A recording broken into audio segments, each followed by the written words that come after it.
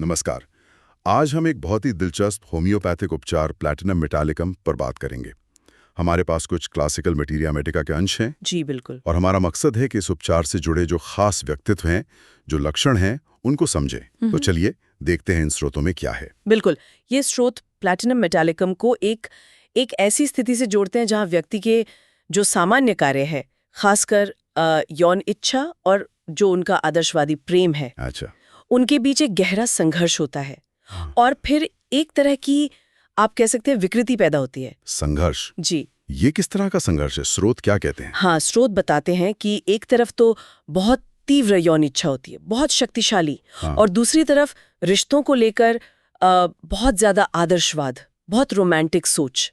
हाँ, और जब ये दोनों चीजें बार बार टकराती हैं, खासकर संवेदनशील लोगों में और अक्सर महिलाओं में देखा गया है, अच्छा। तो फिर गहरी निराशा पैदा होती है।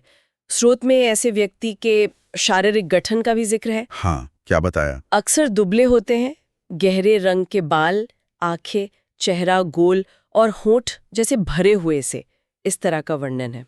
ये दिलचस्प है कि सिर्फ निराशा नहीं होती बल्कि इससे व्यक्तित्व में खास बदलाव आता है। वो कैसे होता है? हाँ देखिए, स्रोत बताते हैं कि ये शायद कम उम्र में ही शुरू हो सकता है, एक तेज यौन इच्छा के रूप में। कभी-कभी जननांगों में अति संवेदनशीलता भी होती है। अच्छा। और साथ ही भावनात्मक स्तर पर व्यक्ति बहुत ही रोमांटिक और आदर्शवादी होता है। लेकिन असल दुनिया में तो ऐसे ऊंचे आदर्श मिलना मुश्किल है। तो फिर? बिल्कुल बिल्कुल, तो निराशा होती है। फिर व्यक्ति अपनी इच्छाओं और दुनिया की जो हकीकत है उसके बीच संतुलन बनाने की कोशिश करता है। और स्रोत इस बात पर जोर देते हैं कि अक्सर होता यह है कि यौन प्रवृत्ति को मानसिक स्तर पर दबा दिया जाता है। दबा दिया जाता है? हाँ, और उससे क्या होता है कि आदर्शवाद और वो रोमांटिक भावनाएं और भी ज्यादा बढ़ जाती हैं, हावी हो जाती हैं। अच्छा। और क्या यहीं से वो विकृति वाली बात शुरू होती है जिसका जिक्र आपने किया? हाँ बिल्कुल, पर हैरानी की बात यह है कि व्यक्ति कड़वा या बदला लेने वाला नहीं बनता। नहीं, तो फिर? बल्कि उसमें एक अलग तरह का अहंकार आ जाता है। खुद को दूसरों से बहुत बेहतर समझना, सुपीरियॉरिटी कॉम्प्लेक्स जिसे कहते हैं, दुनिया को नीची नजर से देखना। अहंकार मतलब? उन्हें लगता है कि वो बिल्कुल अलग हैं, यूनिक हैं और कोई उन्हें समझता नहीं है। ये अहंकार रोजमर्रा में कैसे दिखता है? क्या ये बहुत खुला होता है? जरूरी नहीं, काफी छुपा हुआ भी हो सकता है। जैसे खुद को बहुत बुद्धिमान दिखाना या बहुत आध्यात्मिक, या फिर बस ये शिकायत करना कि दुनिया में सच्चा प्यार है ही नहीं।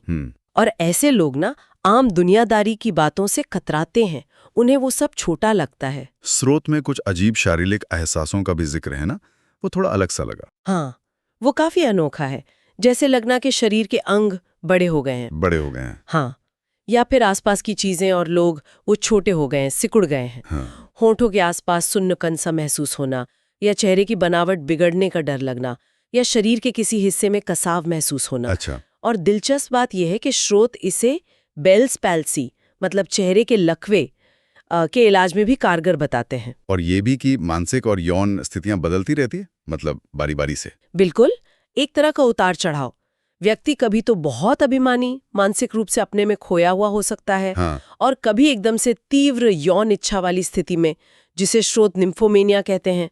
मानसिक और शारीरिक लक्षण भी ऐसे ही आ जा सकते हैं बारी बारी से। तो अगर ये स्थिति बढ़ती है तो आगे क्या होता है? इसका अगला चरण क्या है?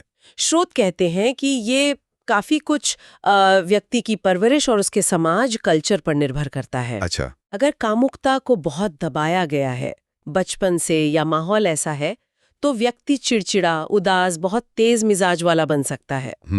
और निराशा में कभी कभी आत्महत्या के विचार भी आ सकते हैं। हालांकि स्रोत कहते हैं कि ऐसा कम होता है। ठीक है। पर एक और थोड़ी परेशान करने वाली बात यह है कि अपने प्रियजनों को, जैसे पति या बच्चों को, उनको मारने की तीव्र इच्छा पैदा हो सकती है। मारने की इच्छा? ये तो काफी गंभीर बात है। हाँ, बहुत गंभीर। खासकर चाकू देखकर ये इच्छा तीव्र हो सकती है। पर स्रोत ये भी साफ करते हैं कि इस इच्छा पर अमल शायद ही कभी होता है। ये एक तीव्र आवेग जैसा है। अच्छा, ये जानना जरूरी है। और अगर कामुकता का दमन ना हुआ हो तब तब शायद वो जो विकृतियां हैं और निम्फोमेनिया है वो और ज़्यादा खुलकर सामने आ सकते हैं। और स्रोत बताते हैं कि अंतिम चरण में ये स्थिति वास्तविक मानसिक असंतुलन या जिसे पागलपन कह सकते हैं उसमें बदल सकती है। पागलपन किस तरह का? इसमें दो मुख्य रास्ते बताए गए हैं।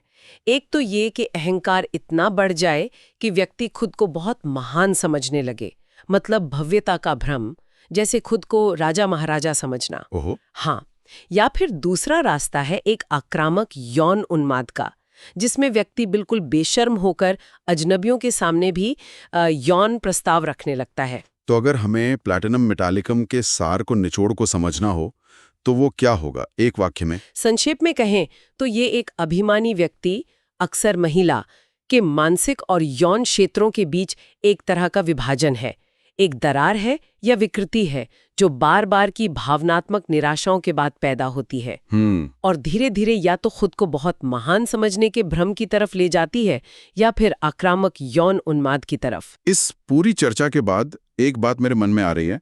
स्रोत में वो जो अजीब शारीरिक भ्रम बताए गए हैं, जैसे अंग बड़े लगना या चीजें छोटी लगना। हाँ, बिल्कुल। और ये दिलचस्प सवाल खड़ा करते नहीं कि ये जो प्रतीकात्मक शारीरिक संवेदनाएं हैं, ये उस गहरे अंदरूनी संघर्ष के बारे में और दुनिया के साथ उस व्यक्ति के बिगड़े हुए रिश्ते के बारे में क्या संकेत देती होंगी। सोचने वाली बात है। बिल्कुल।